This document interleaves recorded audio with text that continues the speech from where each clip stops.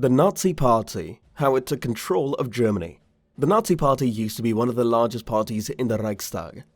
And as a result of the huge Nazi mass support, the German president, Paul von Hindenburg, appointed Hitler as the chancellor, and the rest is history. But what exactly is the story behind this? How did Hitler rise to power? And how did he take control of the entire country? Continue watching the video till the end to know more. Hey everyone, and welcome back to yet another video from our channel.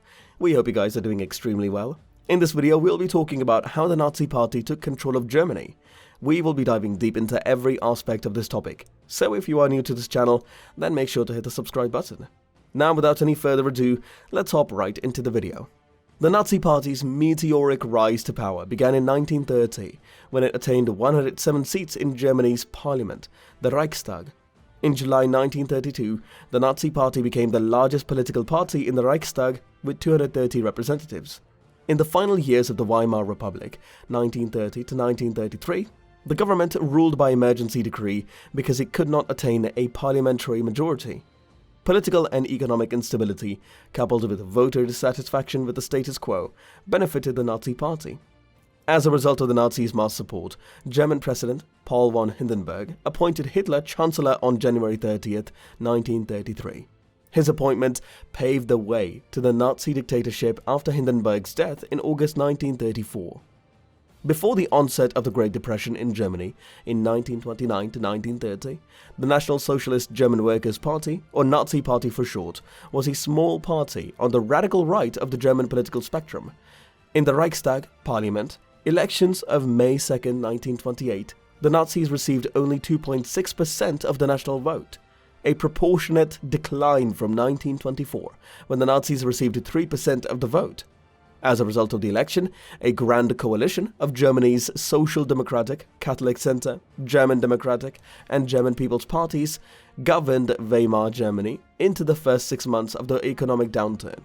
During the 1930 to 33, the mood in Germany was grim.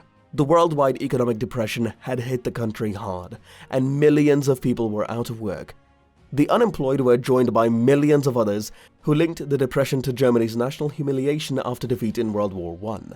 Many Germans perceived the parliamentary government coalition as weak and unable to alleviate the economic crisis. Widespread economic misery, fear, and perception of worse times to come, as well as anger and impatience with the apparent failure of the government to manage the crisis, offered fertile grounds for the rise of Adolf Hitler and his Nazi Party.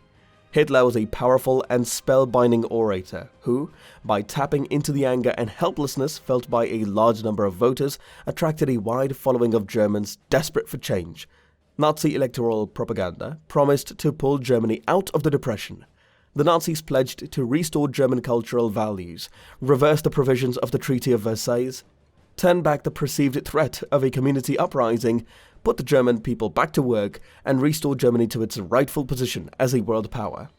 Hitler and other Nazi propagandists were highly successful in directing the population's anger and fear against the Jews, against the Marxists, Communists, and Social Democrats, and against those the Nazis held responsible for signing both the Armistice of November 1918 and the Versailles Treaty. And for establishing the Parliamentary Republic, Hitler and the Nazis often referred to the latter as November criminals. Hitler and other Nazi speakers carefully tailored their speeches to each audience.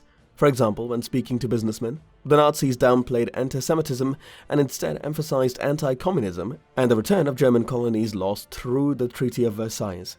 When addressed to soldiers, veterans, or other nationalist interest groups, Nazi propaganda emphasized military buildup and return of other territories lost after Versailles. Nazi speakers assured farmers in the northern state of Schleswig-Holstein that a Nazi government would prop up falling agricultural prices. Pensioners all over Germany were told that both the amounts and the buying power of their monthly checks would remain stable. Using a deadlock among the partners in the Grand Coalition as an excuse, Centre Party politician and Reich Chancellor Heinrich Brüning induced the aging Reich President, World War I Field Marshal Paul von Hindenburg, to dissolve the parliament in July 1930 and schedule new elections for September 1930. To dissolve the parliament, the president used Article 48 of the German Constitution. This article permitted the German government to govern without parliamentary consent and was to be applied only in cases of direct national emergency. Brüning miscalculated the mood of the nation after 6 months of economic depression. The Nazis won 18.3% of the vote and became the second largest political party in the country. For 2 years, repeatedly resorting to Article 48 to issue presidential decrees, the Brüning government sought and failed to build a parliamentary majority that would exclude Social Democrats, Communists, and Nazis. In 1932, Hindenburg dismissed Brüning and appointed Franz von Papen, a former diplomat and Centre Party politician, as chancellor. Papen dissolved the Reichstag again, but the July 1932 elections brought the Nazi Party 37.3% of the popular vote, making it the largest political party in Germany. The Communists, taking votes from the Social Democrats in the increasingly desperate economic climate, received 14.3% of the vote. As a result, more than half the deputies in the 1932 Reichstag had publicly committed themselves to ending parliamentary democracy. When Papen was unable to obtain a parliamentary majority to govern, his opponents among President Hindenburg's advisors forced him to resign. His successor, General Kurt von SCHLEICHER, dissolved the Reichstag again. In the ensuing elections in November 1932, the Nazis lost ground, winning 33.1% of the vote. The Communists, however, gained votes, winning 16.9%. As a result, the small circle around President Hindenburg came to believe, by the end of 1932, that the Nazi Party was Germany's only hope to forestall political chaos ending in a communist takeover. Nazi negotiators and propagandists did much to enhance his impression. On January 30th, 1933, President Hindenburg appointed Adolf Hitler Chancellor of Germany. Hitler was not appointed Chancellor as the result of an electoral victory with a popular mandate, but instead as the result of a constitutionally questionable deal among a small group of conservative German politicians who had given up on parliamentary rule. They hoped to use Hitler's popularity with the masses to buttress a return to conservative authoritarian rule, perhaps even a monarchy within 2 years. However, Hitler and the Nazis outmaneuvered Germany's conservative politicians to consolidate a radical Nazi dictatorship completely subordinate to Hitler's personal will. Whilst Hitler was in prison following the Munich Putsch in 1923, ALFRED Rosenberg took over as temporary leader of the Nazi Party. Rosenberg was an ineffective leader, and the party became divided over key issues. The failure of the Munich Putsch had shown Hitler that he would not be able to take power by force. Hitler therefore decided to change tactic and instead focus on winning support for his party democratically and being elected into power. Following his release from prison on the 20th of December 1924, Hitler convinced the Chancellor of Bavaria to remove the ban on the Nazi Party. In February 1926, Hitler organized the Bamberg Conference. Hitler wanted to reunify the party and set out a plan for the next few years.